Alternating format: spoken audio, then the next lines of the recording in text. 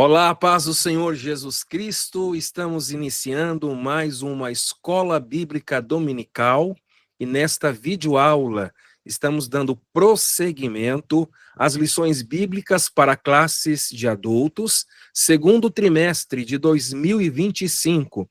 Temos o tema central do trimestre que diz assim: "E o Verbo se fez carne", e o seu subtítulo: Jesus sob o olhar do apóstolo do amor.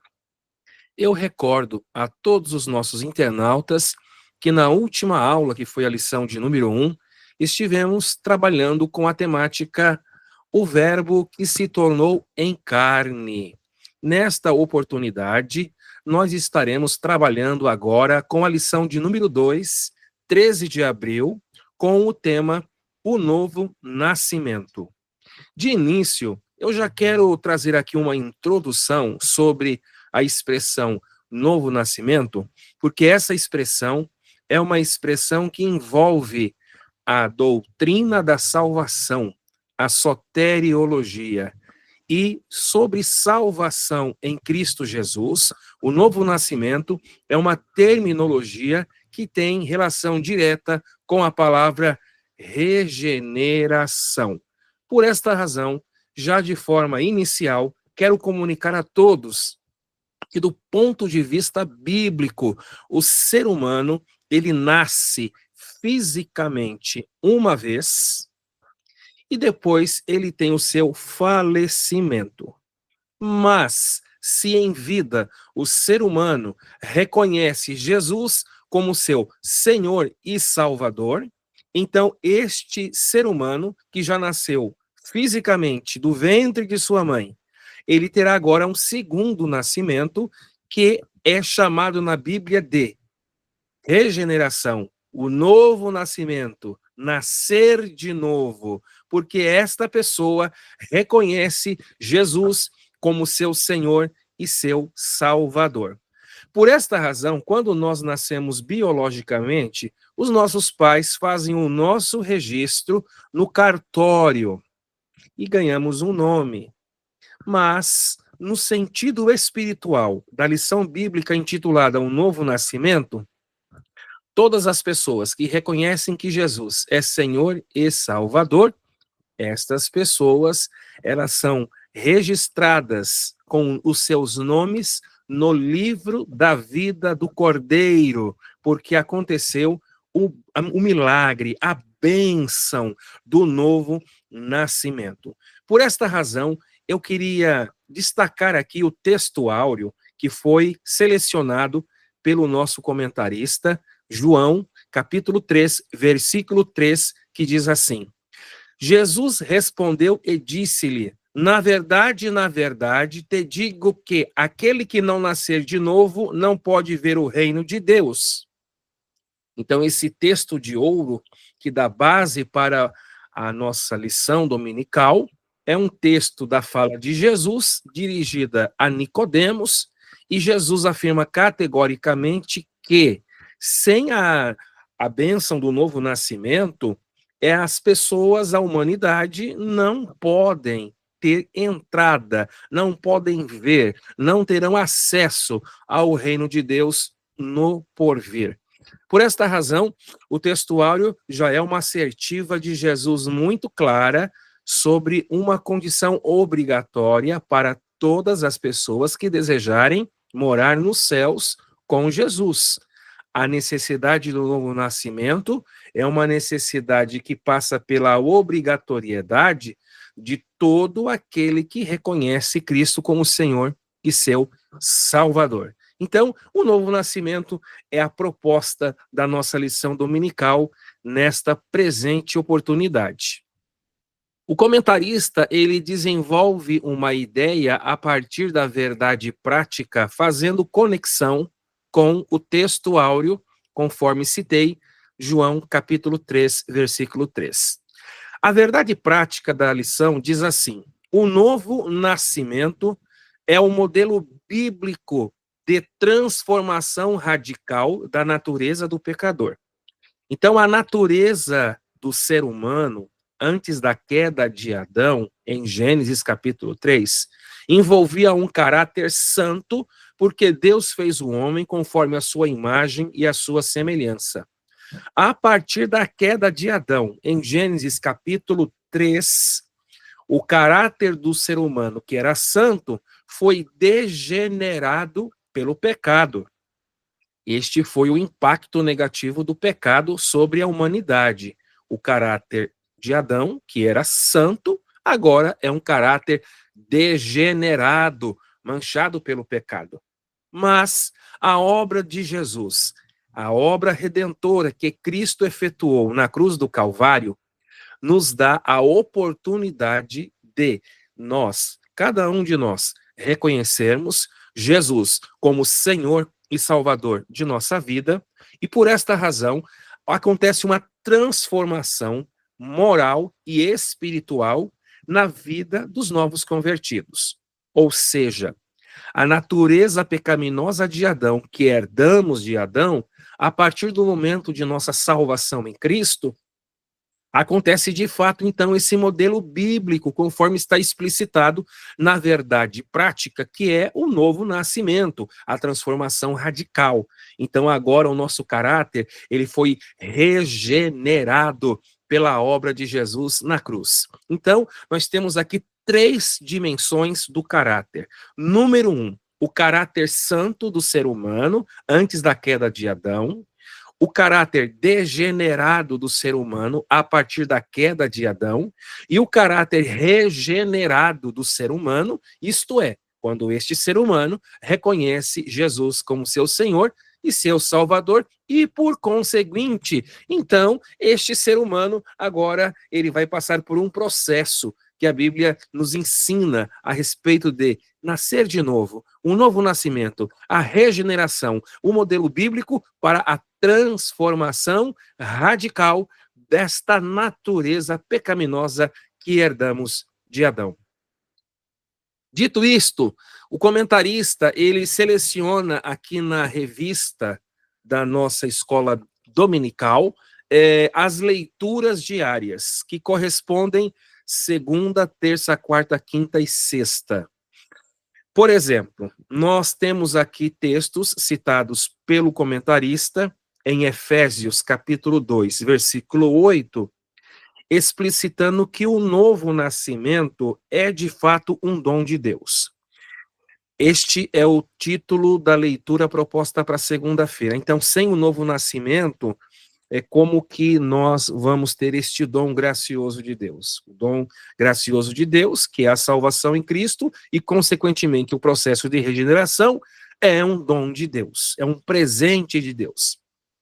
O comentarista também ele cita na leitura do sábado o texto de Gálatas 5:22, que é de fato o fruto do Espírito, quando Paulo diz que o fruto do Espírito é caridade, gozo, paz, bondade, benignidade, longanimidade, fé, mansidão e temperança.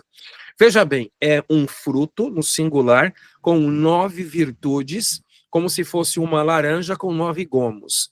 Essas 9 virtudes é o fruto do Espírito. Aqui está o fiel da balança para que possamos mensurar quando de fato alguém é regenerado, isto é, nasceu de novo, é nova criatura. Então, o novo nascimento, a regeneração, ela tem a sua autenticidade corroborada pela Bíblia, se esta pessoa, de fato, produz as virtudes do fruto do Espírito, porque o texto escrito pelo comentarista, ele explicita assim, quem nasceu de novo revela o fruto do Espírito. Agora, existem outros textos elencados pelo comentarista, todos os textos estão na primeira epístola universal de João. Então, João, ele tem nas escrituras sagradas o evangelho, segundo o próprio João, que é exatamente a proposta do trimestre que nós estamos trabalhando com vocês. Nós temos as 3 epístolas universais de João, 1 João, 2 João, 3 João, e nós temos também o livro do Apocalipse de autoria joanina. Então, a teologia joanina envolve estes 5 livros das Escrituras. Na leitura diária, então, nós temos aqui 1 João, e aqui o nosso comentarista vai selecionando alguns textos. Eu vou abrir aqui a minha Bíblia para, juntamente com vocês, a gente entender qual a teologia joanina e qual o entendimento de João pelo Theopneustos, a inspiração do Espírito Santo, no que tange à regeneração, e que a regeneração é chamada por João, tanto no seu evangelho como na sua primeira epístola, pela expressão nascer de novo. Então, nascer de novo é a expressão dita por João. Vamos então para o texto. Bem, o comentarista, ele cita aqui, terça-feira, 1 João 3, verso 9, aquele que nasceu de novo não vive na prática do pecado, na prática pecaminosa, e diz assim a Bíblia, 1 João 3, 9, qualquer que é nascido de Deus não vive na prática do pecado, porque a sua semente permanece nele, e não vive e não pode viver pecando, porque é nascido de Deus. Preste atenção nas duas expressões do versículo 9, 1 João capítulo 3 e versículo 9. A primeira expressão, qualquer que é nascido de Deus. A expressão nascido de Deus indica alguém que foi regenerado por Deus. E no final do texto, João repete a frase, porque é nascido de Deus. Então a expressão porque é nascido de Deus é uma confirmação joanina sobre a expressão nascido de Deus, indicando que esta pessoa, ela foi de fato regenerada. Mas a leitura diária, ela também traz 1 João, capítulo 4, versículo 7, quando o comentarista diz assim, quem nasceu de novo demonstra amor pelo próximo. 1 João, capítulo 4, versículo 7, amados, amemo-nos uns aos outros, porque o amor é de Deus, e qualquer que ama é nascido de Deus e conhece a Deus. Então aqui João repete a frase, quem ama é nascido de Deus. A expressão nascido de Deus, guarde bem essa expressão joanina, nascido de Deus indica regeneração. Então a expressão bíblica teológica joanina nascido de Deus indica novo nascimento, regeneração. E aqui implica o seguinte, João diz que quem foi nascido de Deus, ele ama o próximo e ele conhece a Deus. Na leitura diária da quinta-feira, o comentarista cita 1 João capítulo 5, versículo 1, sobre a pessoa que nasceu de novo, crê que Jesus é o Cristo. Diz assim a Bíblia, todo aquele que crê que Jesus é o Cristo é nascido de Deus. Olha a repetição joanina, é nascido de Deus. 1 João 5, verso 1. A expressão, vou repetir, é nascido de Deus, é uma afirmação teológica clássica de João, no sentido de corroborar que esta pessoa, que é nascida de Deus, ela é regenerada. E a prova da regeneração é que quem é nascido de Deus crê que Jesus é o Cristo, é o Messias, é o ungido de Deus. E para finalizar, mais um texto joanino, primeira epístola de João, capítulo 5, versículo 4, o comentarista cita para a leitura da sexta-feira que aqueles que nasceram de novo vencem o mundo. Diz assim a Bíblia, porque todo o que é nascido de Deus vence o mundo, e esta é a vitória que vence o mundo, a nossa fé. Preste atenção na frase, nascido de Deus. O que é nascido de Deus vence o mundo. Então, quem é regenerado vence o mundo. Quem nasceu de novo vence o mundo. Quem passou pelo processo do novo nascimento, porque é nascido de Deus, vence o mundo. Então, aqui temos as declarações bíblicas de João, no que tange a frase nascido de Deus. Nascido de Deus, nascido de Deus, ou como diz o próprio Evangelho, aquele que nascer de novo. É necessário nascer de novo. Então, aqui estão as provas sobre a expressão que indica regeneração, novo nascimento. Nós temos a leitura bíblica em classe, que foi escolhida pelo comentarista, que compreende o Evangelho de João, o capítulo 3, versos 1 ao 9, e depois existe um salto para o verso 16. A leitura bíblica em classe, ela envolve aqui algumas particularidades que eu quero destacar rapidamente para vocês. Em primeiro lugar, todo o contexto que envolve o diálogo de Jesus com Nicodemos, ele é mais extensivo, ele vai até o versículo 21 do mesmo capítulo 3 de João. Então, para que a gente possa mergulhar no texto e no contexto da lição O Novo Nascimento, é importante uma leitura um pouco mais avançada, que vai até o verso 21 do mesmo capítulo 3 do Evangelho de João. Quando vamos avançando até o verso 21, nós podemos entender que este contexto, que são 21 versículos, envolve duas sessões. A primeira sessão vai de João, capítulo 3, versículo 1, até o versículo de número 15. E quando o comentarista ele coloca o verso 16, é porque aqui no verso 16 começa a segunda sessão, e essa segunda sessão vai do verso 16 até o verso 21, ok? Então são duas sessões. Na primeira sessão, você tem aqui Nicodemos tendo um encontro com Jesus, dialogando com Jesus, Jesus em diálogo com Nicodemos.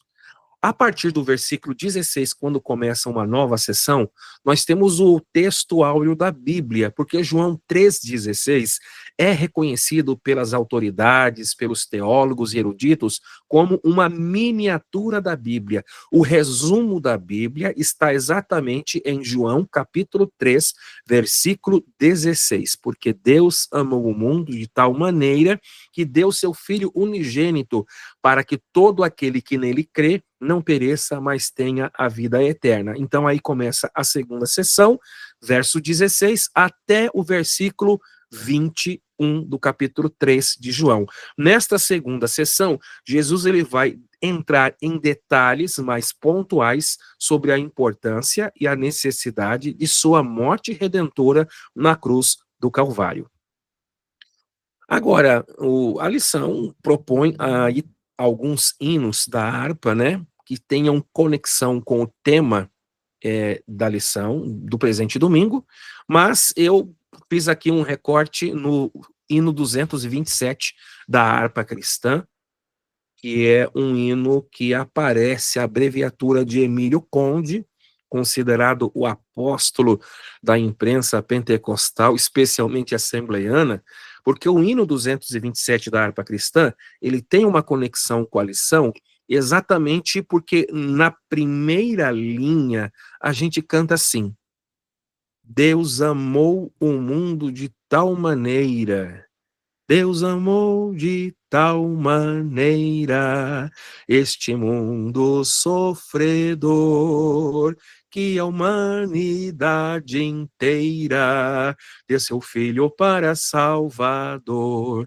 Então, quando o hino 227 vem com a frase Deus amou de tal maneira, este trecho, Deus amou de tal maneira, foi extraído de João 3,16, que é o início da segunda sessão no diálogo de Jesus com Nicodemos. Outro sim.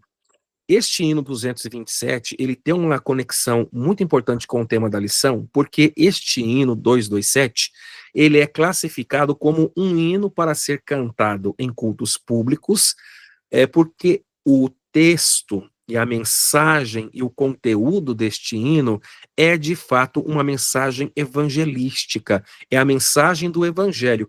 Veja bem como é que diz aqui o coro. E agora nunca mais perece, o que crê mais vida eterna tem, quem em Cristo permanece vai ser coroado além. Agora vem a parte que eu quero destacar.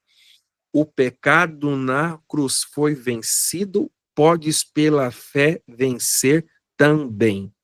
A expressão pela fé podes vencer também, ela tem conexão com 1 João, capítulo 5, versículo 4, que eu vou fazer a leitura para vocês aqui na minha Bíblia, ok? Então, essa parte do coro, que fala sobre podes tu vencer também, ela tem uma conexão direta com a primeira epístola de João, capítulo 5, versículo 4, que diz assim: porque todo que é nascido de Deus, olha a expressão nascido de Deus como uma indicação da regeneração e que alguém aqui foi regenerado. Porque todo que é nascido de Deus vence o mundo, e esta é a vitória que vence o mundo, a nossa fé. Então aqui é uma relação direta que o autor, na poesia, ele escreve o coro, mas ele traz a ideia do texto joanino sobre regeneração e que a vitória do regenerado é a garantia porque ele tem a fé depositada em Cristo Jesus. Então, nesse sentido, o hino 227 foi um hino muito bem escolhido, como os demais hinos também foram bem escolhidos. Agora, nós temos os objetivos da nossa lição, porque a lição ela é pedagogicamente dividida em 3 partes. E quando nós falamos dos objetivos da lição, nós estamos no primeiro tópico da lição, trazendo uma ideia sobre o conteúdo dessa lição, dialogando professor e aluno na EBD sobre o relato da conversa com Jesus e com Nicodemos. Então, o primeiro objetivo da lição é explicitar o relato, é relatar como é que se deu esse diálogo de Jesus com Nicodemos, para daí a gente partir para a doutrina da regeneração. Esse é o primeiro objetivo. O segundo tópico da lição é, de fato, o segundo objetivo da presente lição, quando ali o comentarista ele vai fazer um exame um pouco mais pontual sobre o que vem a ser a doutrina da regeneração. Então, o segundo objetivo da lição já não é mais trabalhar com a questão do diálogo, porque já foi um assunto citado no ponto 1. No ponto 2, nós temos o objetivo 2, que é exatamente trabalhar com o conceito de doutrina de regeneração. E no tópico 3 da lição, nós temos, portanto, aqui o comentarista elencando os meios da obra regeneradora.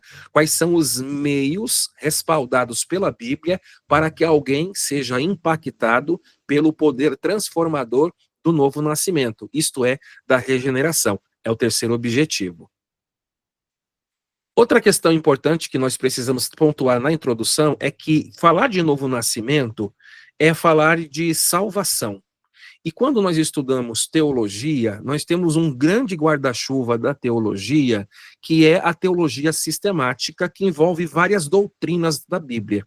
E uma das doutrinas é exatamente a doutrina da salvação, cujo termo técnico é soteriologia. Então nós temos a teologia, e nós temos dentro desse grande guarda-chuva da teologia, a teologia sistemática com várias especificidades de teologia, dentre elas a doutrina da salvação, chamada de soteriologia.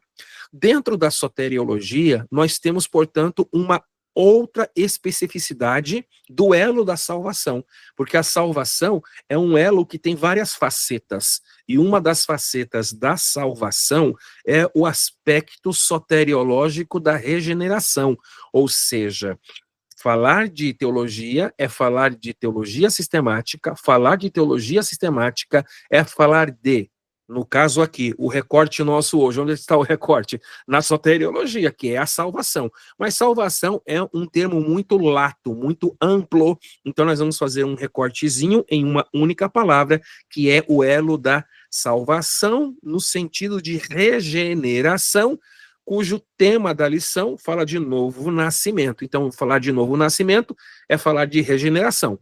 Se eu estou falando de regeneração e novo nascimento, eu estou falando de salvação, eu estou falando de um aspecto específico da soteriologia.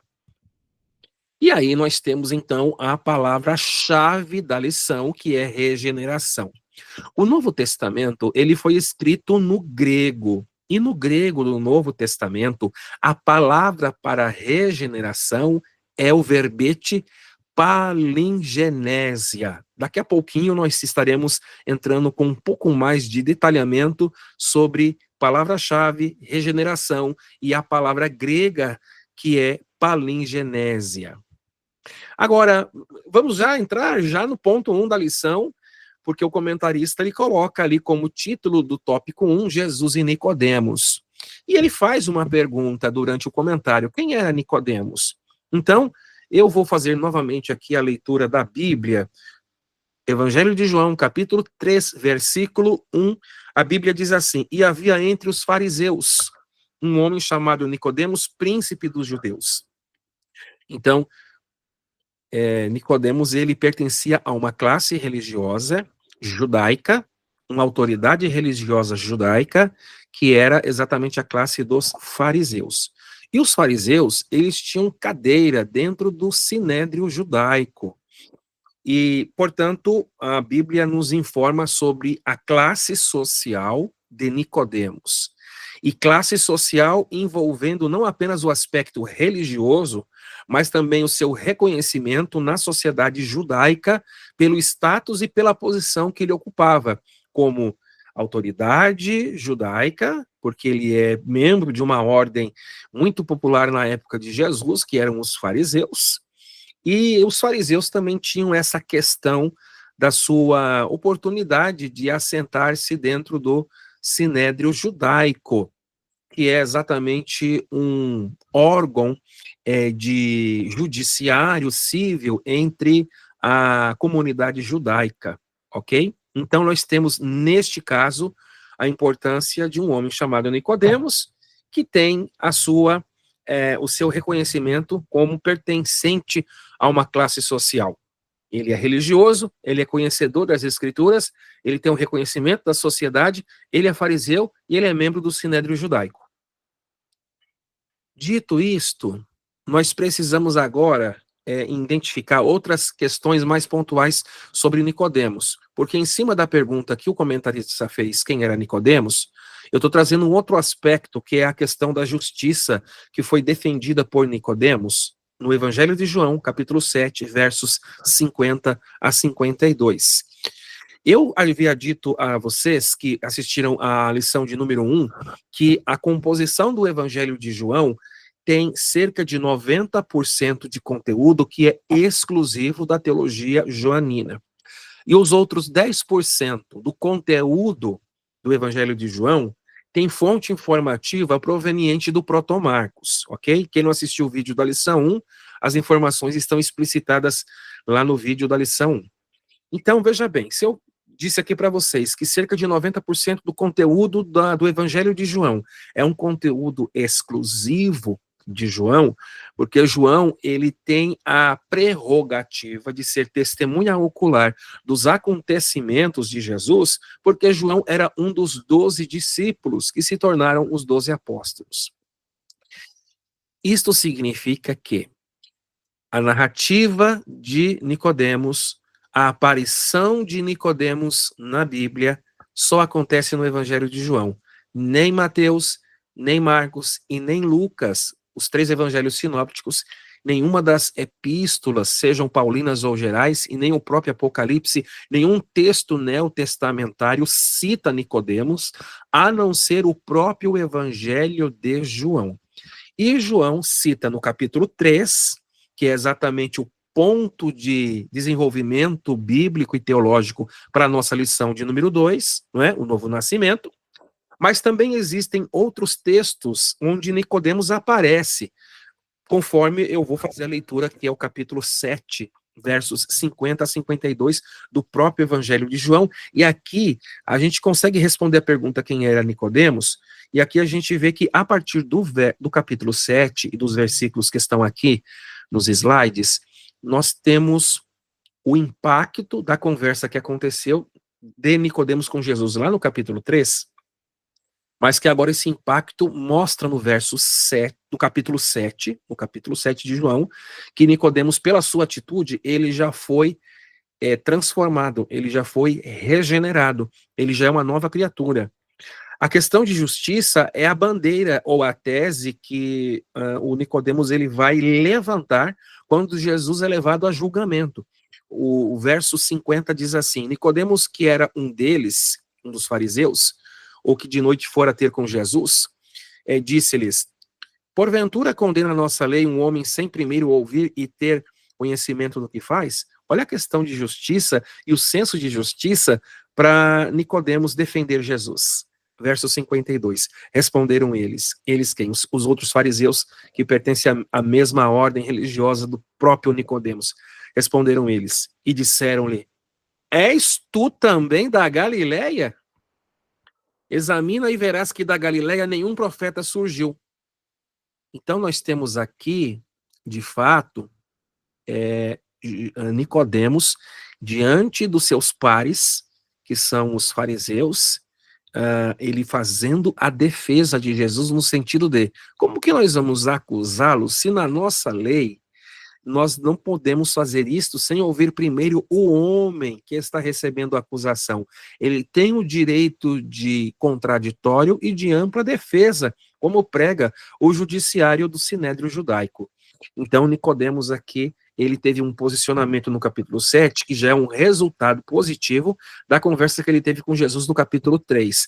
Então, dá-nos a entender que houve uma conversão genuína de Nicodemos, depois que ele dialogou com Jesus no capítulo 3, porque no capítulo 7 o comportamento dele destoa do comportamento dos seus pares, que são membros do Sinédrio Judaico e também desse movimento judaico-religioso que é o movimento dos fariseus. Agora, nós temos também um outro destaque para responder a pergunta quem era Nicodemos, que é um texto que eu vou também ler para vocês, em João capítulo 19, versos 38 a seguir, que diz assim: Depois disse José de Arimateia, o que era discípulo de Jesus, mas oculto, por medo dos judeus. Ele rogou a Pilatos que lhe permitisse tirar o corpo de Jesus. E Pilatos lhe permitiu, então foi e tirou o corpo de Jesus. Preste atenção no versículo 39 que eu vou ler agora. E foi também Nicodemos.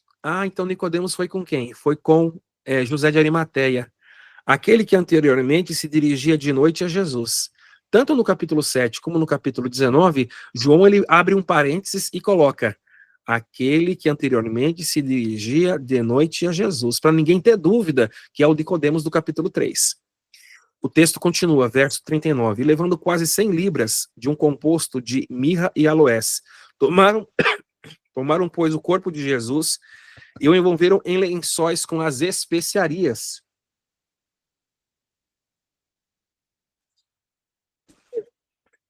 Então, o texto continua, como os judeus costumavam fazer na preparação para o sepulcro.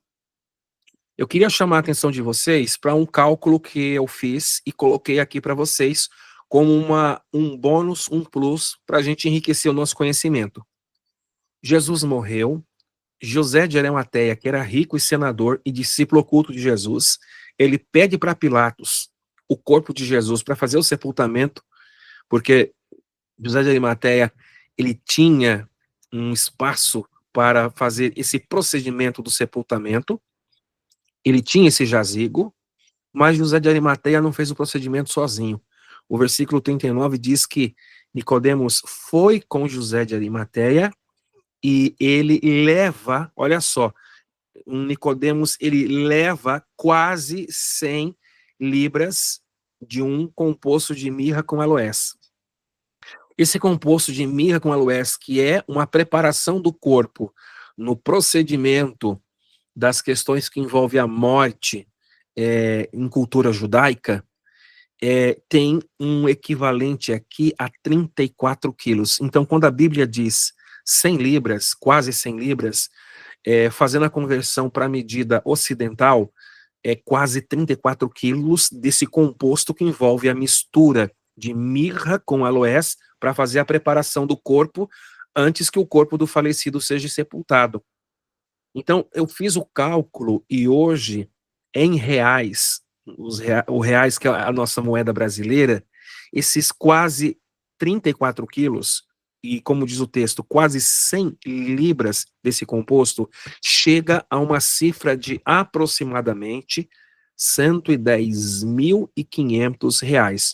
Olha o investimento financeiro aqui do Nicodemos e a relação dele com José de Arimateia num momento muito difícil, que foi o momento em que o corpo de Jesus precisava de um sepultamento com dignidade. Então aqui é mais uma prova escriturística que, de fato, José de Arimateia, ele teve ali uma experiência pessoal com Jesus, ele era discípulo oculto de Jesus, mas ele teve uma parceria, ele teve alguém que tinha reconhecimento na sociedade, porque o Nicodemos, ele era fariseu e também era membro do Sinédrio. Então isso facilita o trâmite burocrático para a liberação do corpo. Você tem o senador, que é rico, não é? É o status social do José de Arimateia, mas você tem uma autoridade religiosa judaica que tem também a sua participação no judiciário deste sinédrio e facilitando assim a liberação do corpo por parte de Pilatos, para que Jesus aqui morto, né, nesse momento do contexto bíblico, ele recebesse as devidas honras do sepultamento da cultura judaica, e o investimento alto, né?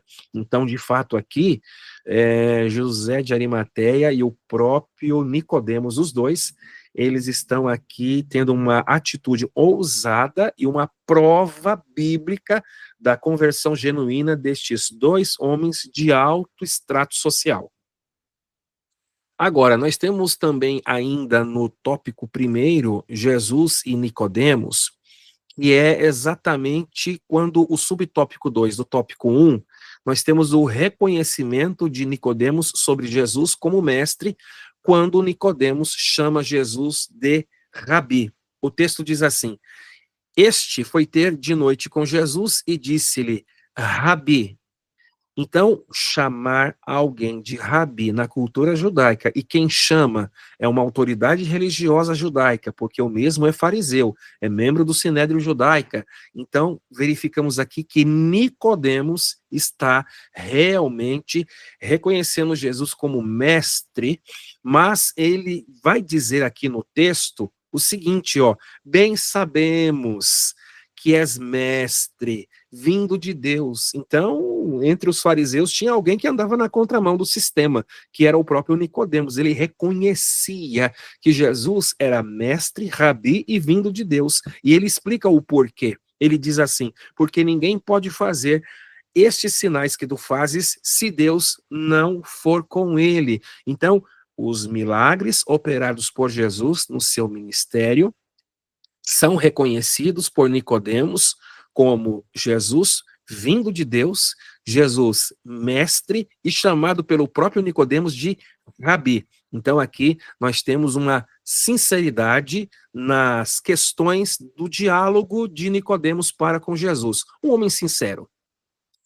E nesse diálogo de Jesus e Nicodemos, nós avançamos não somente no verso 2, que eu li no subtópico anterior, mas também nos versículos 3 até o 21. Nós temos, durante todo esse contexto, porque o contexto com Nicodemos vai terminar no versículo 21 do capítulo 3 de João. Então, o que a gente tem aqui? A gente tem o reconhecimento de Nicodemos, quando chama Jesus de Rabi. Nós temos muitas perguntas que Nicodemos ele faz a Jesus, e nós temos Jesus respondendo as perguntas com verdades bíblicas. Essas perguntas que foram feitas por Nicodemos estão aqui na nossa lição dominical, na leitura bíblica em classe, e a primeira pergunta está no versículo 4. Disse-lhe Nicodemos: como pode um homem nascer de novo? Então o diálogo começa com Nicodemos, primeiro, fazendo um reconhecimento, dizendo que Jesus é o mestre, o rabi. Em segundo lugar, Nicodemos vai fazendo perguntas, e a primeira pergunta da série de perguntas é exatamente esta pergunta: como pode um homem nascer de novo? Olha só, um homem tão estudado, tão intelectual, mas ele não entendia as coisas espirituais. Segunda pergunta, Nicodemos diz assim: porventura pode tornar a entrar no ventre de sua mãe e nascer? Jesus fala de um novo nascimento, mas ele tenta levar para o lado biológico, material. Ou seja, Jesus fala no sentido espiritual e Nicodemos tenta entender essa questão do ponto de vista terreno, do ponto de vista temporal. E o versículo 9 é mais uma pergunta que Nicodemos fez para Jesus. Jesus ele fala sobre a importância de nascer de novo, e quem nasce de novo é, de fato, alguém que foi impactado pela obra do Espírito Santo, e no verso 9, Nicodemos indaga a Jesus: como pode ser isso? Ele não entende, ele precisa de uma explicação, em que essa explicação envolva a compreensão, porque o cognitivo dele nas questões espirituais tem as suas limitações. Então ele não entende como é que pode ser isso. Como é que um homem ele vai entrar no ventre da sua mãe e nascer de novo? Como pode um homem nascer de novo sendo velho? Ele não está entendendo. Jesus está falando numa esfera espiritual, mas Nicodemos está com dificuldades. Mas ao longo dos versículos seguintes, que vai até o verso 21, que é o encerramento do diálogo e da sessão. Jesus vai dar as explicações, as verdades, as respostas, e o versículo mais fundamental da Bíblia, que é considerado o texto áureo da Bíblia, a miniatura da Bíblia, que é o verso 16 do capítulo 3, porque Deus amou o mundo de tal maneira. Então, ali nessa resposta do verso 16, porque Deus amou o mundo de tal maneira, Jesus já consegue clarificar na mente de Nicodemos que esse novo nascimento envolve o reconhecimento e a crença que Jesus é o enviado de Deus Pai para morrer no Calvário, para salvar todo aquele que o reconhece como Senhor e Salvador. Então, a sinopse da lição 1 envolve a conversa entre Jesus e Nicodemos, que demonstra a procura genuína pela verdade de um líder judaico. Então, queridos internautas, nós temos nesse resumo do tópico 1 a conversa de Jesus com Nicodemos, ok? E a demonstração dessa conversa a partir de um reconhecimento e de perguntas genuínas que foram feitas por Nicodemos, né, diante de Jesus, que é o mestre, ok? Agora, eu queria convidar você que está ligadinho na nossa aula, se você está gostando do conteúdo, se inscreva no nosso canal, ative o sino para receber as notificações dos próximos vídeos e clique no like para que nós possamos alcançar mais pessoas com a palavra de Deus. Agora vamos partir para o tópico 2 da lição, o novo nascimento, a obra da regeneração, que é aqui o subtópico 1, o novo nascimento. Eu tinha falado na palavra-chave para vocês, na introdução, sobre um termo grego do Novo Testamento para a definição de regeneração, de novo nascimento, que é a expressão palingenésia. Então, palingenésia é a regeneração, é o processo do novo nascimento. Então, a salvação em Cristo, ela envolve um processo, e nesse processo, a regeneração envolve uma transformação radical da nossa natureza pecaminosa herdada de Adão, como eu disse para vocês. O caráter de Adão era santo antes da queda. Com a queda, o caráter de Adão e da humanidade ficou degenerado pelo pecado, mas a obra redentora do Calvário em Cristo, nós o reconhecendo como Senhor e Salvador, nosso caráter, ele é regenerado, é transformado. Então, isso acontece na figura metafórica do novo nascimento, que é a linguagem que Jesus explica para Nicodemos. Olha, para você entrar no reino de Deus, para você ver o reino de Deus, para você ter a salvação, você precisa nascer de novo. Então, este é o termo original do grego do Novo Testamento, palingenésia, que fala sobre novo nascimento, nascer de novo, regeneração. Esse é o conceito do verbete palingenésia. Agora, no mesmo tópico 2, nós temos essa obra da regeneração a partir de um segundo subtópico, que é a regeneração como obra exclusiva de Deus. E aqui eu tenho dois textos que eu preciso fazer a leitura. O primeiro está em Efésios, capítulo 2, e versículo de número 8. Vamos ler aqui o texto de Efésios, quando Paulo diz assim àquela comunidade cristã em Éfeso: porque pela graça sois salvos por meio da fé, isso não vem de vós, é dom de Deus. Então veja bem, a salvação não vem de vós, é dom de Deus, é um presente de Deus. Então, como na salvação você tem a faceta da regeneração, que envolve o novo nascimento, que é essa transformação moral e espiritual que Deus executa na nossa vida, na vida do salvo, isso é uma obra exclusiva de Deus. O texto de Paulo, a carta aos Efésios, é uma prova bíblica muito cristalina. Isso não vem de vós, é dom de Deus, então é obra exclusiva de Deus. Mas existe um outro texto que eu vou também ler aqui para vocês, que é o texto de Tiago, a epístola de Tiago, capítulo de número 1 e versículo 17, porque há uma conexão entre Efésios 2, verso 8, com Tiago, capítulo 1, versículo 17, quando a Bíblia diz assim: e toda boa dádiva e todo o dom perfeito vem do alto, descendo do Pai das luzes, em quem não há mudança e nem sombra de variação. A expressão que Tiago usa no verso 17 do capítulo 1 da sua epístola, Todo dom perfeito vem do alto, vem do céu, vem de Deus. Então, este dom perfeito que vem do alto é o que Paulo disse em Efésios 2, verso 8. Isso não vem de vós, é dom de Deus. Então, a regeneração, como um dos elos da salvação, é obra exclusiva e proveniente de Deus. Neste caso, nós temos mais um subtópico para a gente também aqui clarificar essa questão do novo nascimento a partir de uma obra de regeneração, a palingenésia. Nós temos neste caso aqui o subtópico 3, que é uma ideia levantada pelo comentarista sobre a necessidade de regeneração do pecador. Então, porque em Adão o pecado da humanidade é universal, em Cristo, a salvação em Cristo, a regeneração, ela é concedida. Então, eu preciso também aqui chamar a atenção de vocês para a gente entender esse processo de regeneração a partir de um problema, que é o pecado de Adão, que é um pecado universal, e que, para a gente resolver esse problema, a gente precisa reconhecer Jesus como Senhor e Salvador, para que este pecador ele seja regenerado. Essa necessidade de regeneração é porque Romanos capítulo 5, verso 12 diz assim: pelo que, como por um homem entrou o pecado no mundo, e pelo pecado a morte, assim também a morte passou a todos os homens, por isso que todos pecaram. Nós temos as dimensões da morte, que envolve morte física, morte espiritual, morte moral e morte eterna.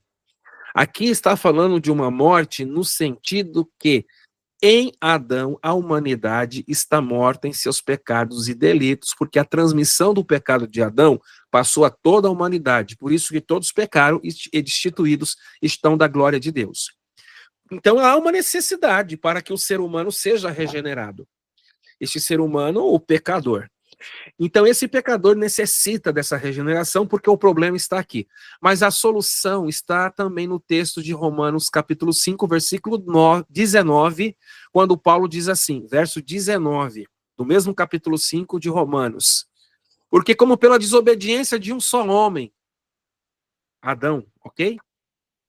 Muitos foram feitos pecadores, que é a universalidade do pecado.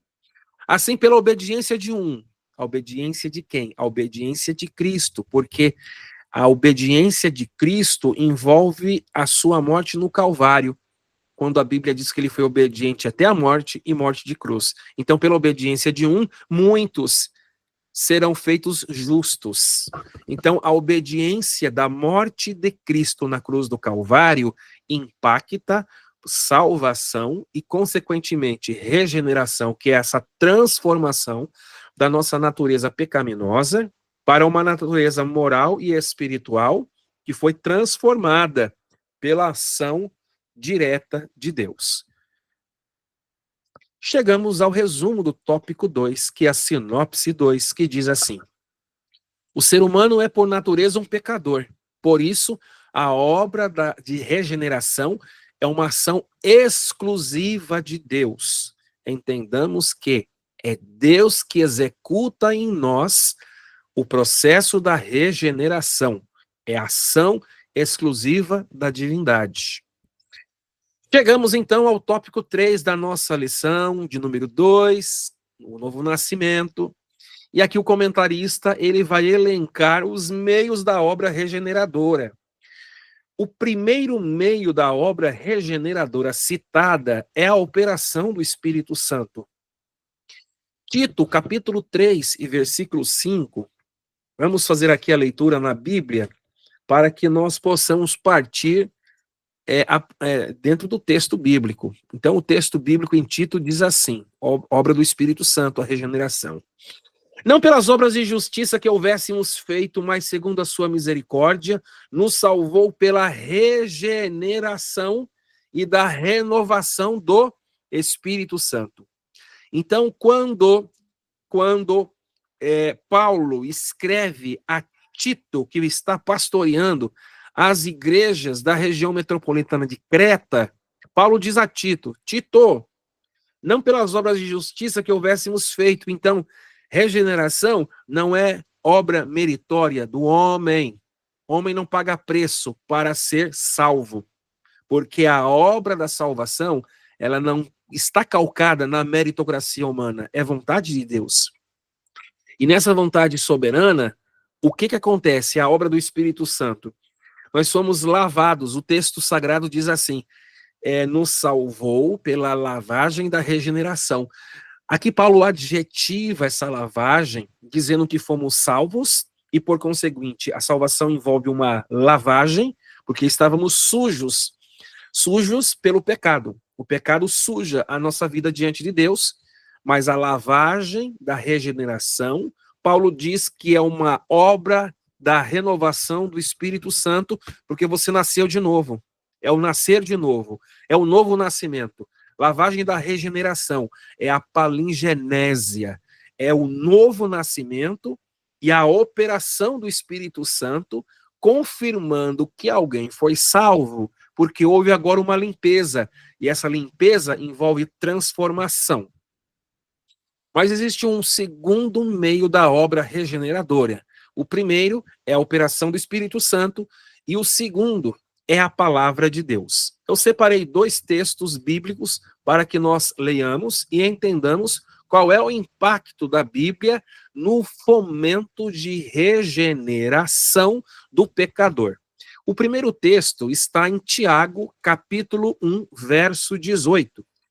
Vamos ler aqui, então, a epístola de Tiago, capítulo 1, verso 18, que diz assim: segundo a vontade, a sua vontade, segundo a sua vontade, ele, aqui é Deus, nos gerou pela palavra da verdade, para que fôssemos como primícias das suas criaturas. Vamos então entender o texto. O texto nos afirma que Deus nos gerou pela palavra da verdade. A palavra da verdade é a Bíblia. A Bíblia é a palavra da verdade, ok? Então, esse gerou é exatamente o meio de salvação, transformação, regeneração, novo nascimento. Gerou, ele nos gerou pela palavra. Se fomos gerados pela palavra, então a regeneração, ela acontece através da obra do Espírito Santo, porque o Espírito Santo fomenta a lavagem da regeneração, mas a palavra de Deus, ela fomenta a geração. Nós somos gerados, nós somos, nascemos de novo, somos nova criatura, exatamente pelo poder da palavra de Deus. Mas existe um texto que faz conexão com Tiago, que é a primeira epístola de Pedro, capítulo 1, versículo 23, que diz assim: sendo de novo gerados. Por que de novo? Porque a primeira vez que fomos gerados foi biologicamente por nossa mãe. Agora, esse de novo gerados é o que Jesus disse a Nicodemos: é necessário nascer de novo. Então, sendo de novo gerados, não de semente corruptível, mas da incorruptível. Essa semente incorruptível é a Bíblia. Olha só. Mas da incorruptível, o texto continua, pela palavra de Deus. Então a semente incorruptível que gera em nós o novo nascimento é a palavra de Deus. E a palavra de Deus aqui é chamada de viva e que permanece para sempre. Então o texto de Pedro, primeira carta, capítulo 1, verso 23, é um texto muito claro sobre o poder da palavra de Deus para fomentar a regeneração dos novos convertidos, de todos aqueles que reconhecem Jesus como Senhor e Salvador. E também nós temos um outro meio da obra da regeneração, que é citada pelo comentarista no subtópico 3, que é a vontade soberana de Deus. O texto que eu separei para vocês é 2 Pedro, capítulo 3, e versículo de número 9. A vontade soberana de Deus é que nós sejamos regenerados, que cada ser humano venha nascer de novo, porque reconheceu Cristo Jesus, seu Filho, como Senhor e Salvador. O texto diz assim: o Senhor não retarda a sua promessa, ainda que alguns a tenham por tardia, mas é longânimo para convosco, não querendo que alguns se percam, senão que todos venham a arrepender-se. Então, meus queridos, 2 Pedro 3, verso 9, a soberana vontade de Deus aqui é que Deus, ele deseja que nós nos arrependamos e que reconheçamos que Jesus é o Salvador. O texto é muito claro, o Senhor não retarda a sua promessa, ele é longânimo para convosco, não querendo que alguns se percam. Então, se Deus ele tem dado vida a alguém, e essa pessoa está aqui na face da terra, mas ainda não tomou uma decisão por Cristo Jesus, é porque Deus está na sua longanimidade, no seu ânimo longo, dando oportunidade para que essa pessoa ouça a palavra de Deus, se arrependa dos seus pecados e ela venha a ser transformada pela Bíblia, pelo Espírito Santo, porque a regeneração é vontade soberana de Deus. Mas essa vontade soberana de Deus, ela não vai influenciar na nossa decisão por causa do livre-arbítrio. Nesse sentido, o ser humano ele tem a opção de escolha se ele deseja aceitar a Cristo como Senhor ou Salvador ou não. Chegamos à sinopse 3 do nosso tópico 3 da lição 2, que diz assim: ação do Espírito Santo, ok? A palavra de Deus e a vontade divina são os instrumentos através dos quais Deus atua na regeneração do pecador. Então, para que alguém seja de fato verdadeiramente regenerado, essa pessoa foi movida, transformada pelo Espírito Santo, impactada pela palavra de Deus, e esta pessoa, pelo seu livre-arbítrio, reconheceu que Jesus é Senhor e Salvador, e, por conseguinte, a vontade soberana de Deus, que é a salvação da humanidade, cumpre-se na vida desta pessoa, que agora tem o seu nome escrito no livro da vida, porque nasceu de novo. Vamos agora para as considerações finais, a conclusão da nossa lição, e eu separei aqui um texto, segunda carta de Paulo aos Coríntios, capítulo 3 e versículo 18. Eu vou ler esse texto para vocês, porque esse texto é para a gente trazer aqui uma reflexão nesse momento de considerações finais. Abre a sua Bíblia e acompanhe comigo 2 Coríntios 3, verso 18, que diz assim: mas todos nós, Paulo está dizendo à igreja lá de Corinto, a comunidade cristã de Corinto, mas todos nós crentes em Jesus, com a cara descoberta. Paulo fala sobre a necessidade de nós em Cristo termos o quê? Uma vida transparente. Por isso que ele usa a expressão cara descoberta. Refletindo, ele coloca no gerúndio, que é a ação contínua. Então, eu tenho que ter uma cara descoberta como crente em Jesus. E essa minha cara, ela vai estar refletindo. É uma cara descoberta, sem máscara, sem falsidade, sem subterfúgios. É uma cara que está refletindo. A minha cara está refletindo? Como assim? O texto diz, como um espelho. Ah, então o espelho. Aí se você me perguntar, pastor Éder, qual que é o espelho? A metáfora do espelho representa a palavra de Deus. Então você tem que olhar para a Bíblia, porque a Bíblia é o nosso espelho. Então, quando você olha para o espelho da Bíblia, que é a palavra de Deus, e se a sua cara estiver descoberta, vai ter um reflexo do seu rosto, e esse reflexo está no gerúndio, que fala de ação contínua, não é? Contínua é hoje, amanhã, e depois de amanhã é sempre, é refletindo. Então, cara descoberta, refletindo como um espelho. O texto diz, a glória do Senhor. Então, Paulo está dizendo o seguinte, quando você olha para o espelho da palavra de Deus, e você põe o seu rosto, a sua cara, no espelho da palavra de Deus, com a cara descoberta, a sua cara descoberta, se ela estiver regenerada, você não vai ver você, mas você vai ver em você a glória do Senhor. É o que o texto está dizendo. A glória do Senhor. Olha aí, ó.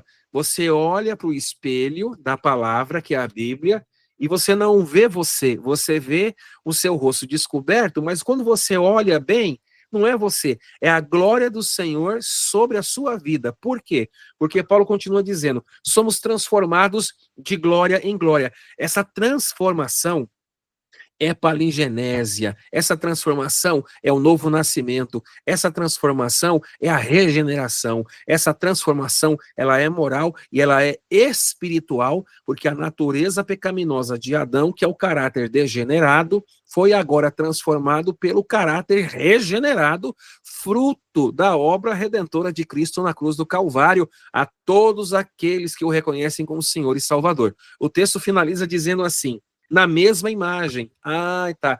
Não é outra pessoa, é você. Mas quando você olha para o espelho da palavra, mesmo sendo a mesma imagem que é você não enxerga você. Você vê a glória do Senhor sobre a sua vida, e aí o seu rosto está refletindo, porque é uma ação contínua, e o texto diz que é uma transformação de glória em glória, porque o processo da salvação também envolve outras facetas, isto é, não somente regeneração, mas também a salvação. Então, no nosso dia a dia, essa transformação, ela é cotidiana, ela é diária, ela é até que nós entremos no céu com o nosso corpo glorificado. E o texto fecha dizendo o seguinte: como pelo Espírito do Senhor. Então, Paulo está dizendo aqui que é o Espírito do Senhor que opera em nós essa transformação, essa regeneração moral, espiritual, esse novo nascimento, o nascer de novo, a regeneração em Cristo, como obra e fruto do resultado da cruz do Calvário efetuado por nosso Senhor e Salvador. Bem, estamos neste momento pedindo gentilmente que, se você gostou desta aula e do conteúdo, deixe aqui nos comentários suas questões, suas perguntas, suas considerações. É muito importante nós estarmos interagindo com vocês. E também, se você quer abençoar mais alguém com esta videoaula, compartilhe à vontade. E se você deseja, no nosso canal aqui no YouTube, receber mais conteúdos exclusivos, você pode ser membro para receber aí as nossas aulas, os nossos cursos e os nossos materiais com exclusividade para quem é membro do nosso canal.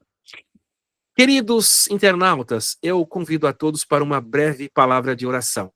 Senhor Jesus, a minha gratidão por este momento de oração e de comunhão. Finalizamos a lição 2 do segundo trimestre de 2025 sobre o novo nascimento.